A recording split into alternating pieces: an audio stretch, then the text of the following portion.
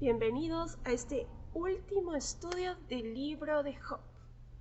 Estamos entrando ya en el epílogo y vamos a hablar de un tema muy importante. La sabiduría, soberanía de Dios, el carácter de nuestro Señor expresado a través de las pruebas y las adversidades.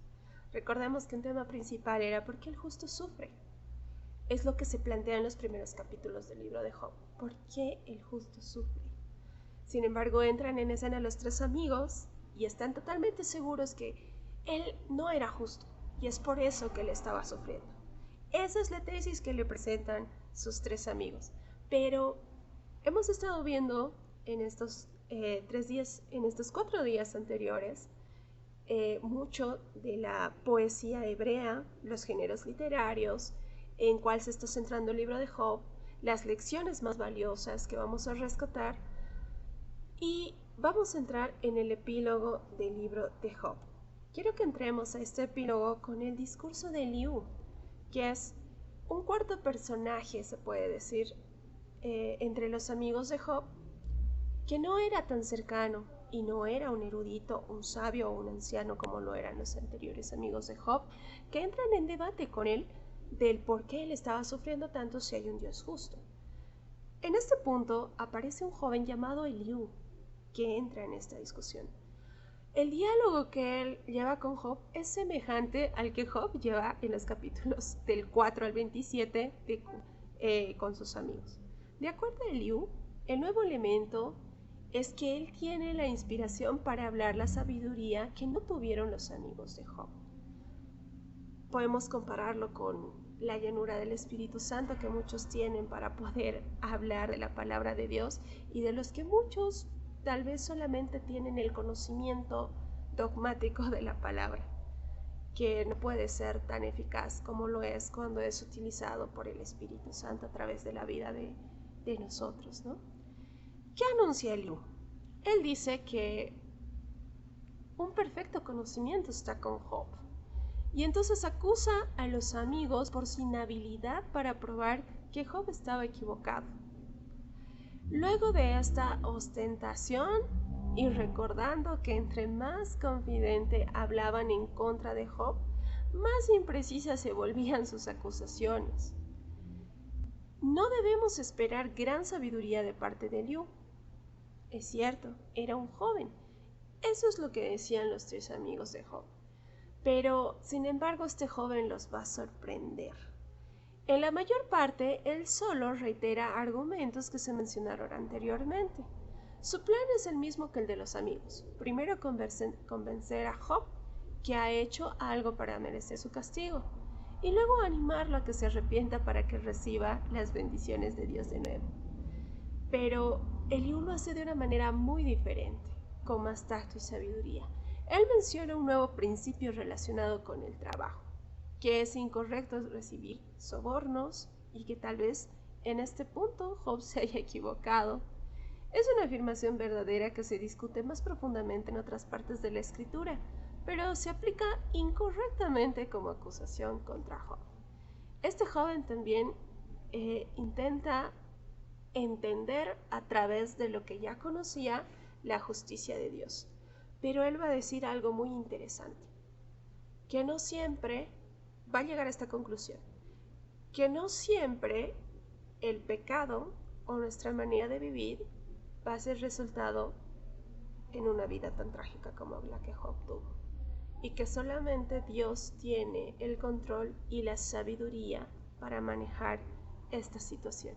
Prácticamente Eliú dice, no podemos cuestionar los designios de Dios. Si a él le ha placido que un hombre justo como Job padezca esta situación y deja de condenar a Job.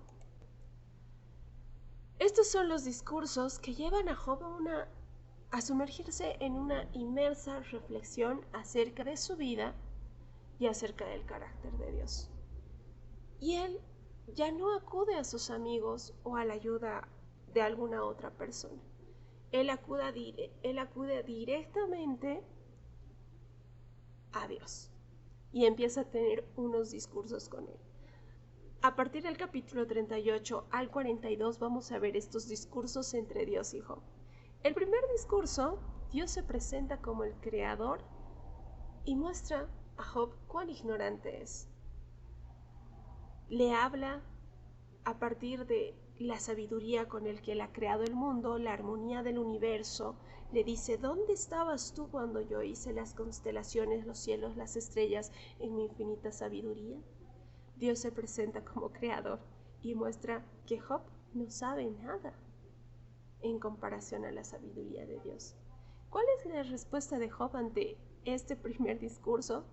Job admite sus errores, que él no puede ser digno de cuestionar a Dios en su sabiduría, y admite que él no sabe nada, que él no sabe por qué Dios está actuando así, pero admite que Dios está actuando con sabiduría. El segundo discurso que Job tiene con Dios, él se presenta y denota su poderío. Lo vamos a ver en el capítulo 40 y 41. Y resalta su soberanía. Dios no solamente le dice que es su creador y que con sabiduría ha hecho el mundo, sino que él tiene el poder, la autoridad y soberanía de hacer con su creación como le plazca, y nadie puede cuestionar esto. Job, ¿cómo responde a esto? Job reconoce el poder de Dios y se arrepiente por sus errores. Es muy interesante cómo Dios le muestra a Job que no necesita tener razón alguna para obrar como lo estaba haciendo, porque Él es el Señor y dueño de su creación, y Él va a actuar con sabiduría, con poder, ejerciendo su soberanía. Creo que esta es una de las lecciones más grandes que vamos a rescatar del libro de Job, ya que muchos, cuando estamos pasando problemas, adversidades, queremos buscar respuestas, queremos buscar razones, queremos buscar justificación. Pero sin embargo tenemos que entender que Dios es soberano, que Él es el dueño de nuestras vidas y como dueño puede hacer como le plazca. No somos dignos de cuestionar el accionar de Dios, que es soberano. Solo nos queda responder con humildad ante nuestro Creador. Esa es la lección más grande que nos va a dejar Job. Dios es un Dios justo. Es otra de las razones por las cuales se cuestionaban estos hombres, y no solamente los amigos de Job, sino Job mismo, porque no entendían la justicia de Dios. Al ser Dios justo, soberano, poderoso, dueño de la creación, y puede hacer como Él le plazca, su justicia no va a ser nuestra justicia. Nunca vamos a tener la misma perspectiva de Dios en cuanto a la justicia que nosotros como hombres ejercemos, ¿no? Dios termina reprendiendo la actitud de los amigos de Job, ya que ellos querían, a partir de su sabiduría, dar una respuesta como si Dios mismo estuviera dando esa respuesta.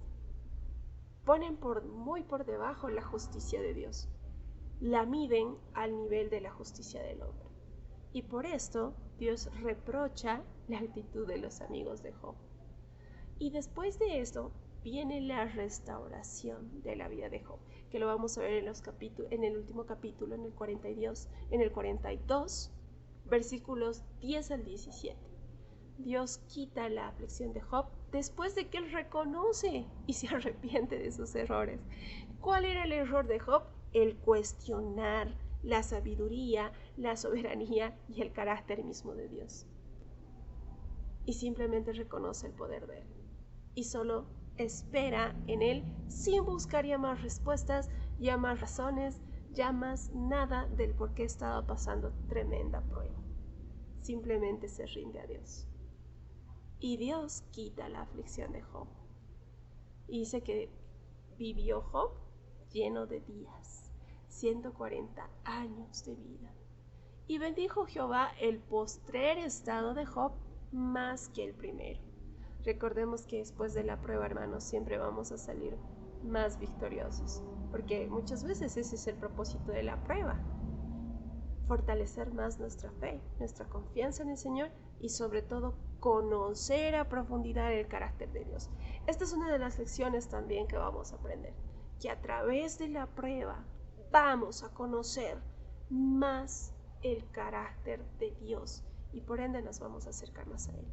Y obviamente nuestro postrer estado, después de haber pasado la prueba, no va a ser el mismo, sino que mejor. Vamos a ver esto. Antes Job tenía 7,000 ovejas, 3,000 caballos, 500 yuntas de bueyes y 500 asnas. Tenía 7 hijos y 3 hijas. ¿Cuál fue el estado postrer de Job? 14,000 ovejas, 6,000 camellos, 1,000 yuntas de bueyes y 1,000 asnas. Y se les restituyó sus 7 hijos y 3 hijas. Y hay un detalle muy importante. Dice el libro de Job que estas 3 hijas eran las más bellas de Oriente. Y obviamente su misma salud fue restituida. Este es el epílogo del libro de Job. ¿Cuál es la razón por la que sufre el justo? No vamos a encontrar una respuesta concreta y objetiva. Vamos a encontrar algo más allá, una lección de vida y una lección para cualquier creyente. Debemos confiar en la sabiduría de Dios.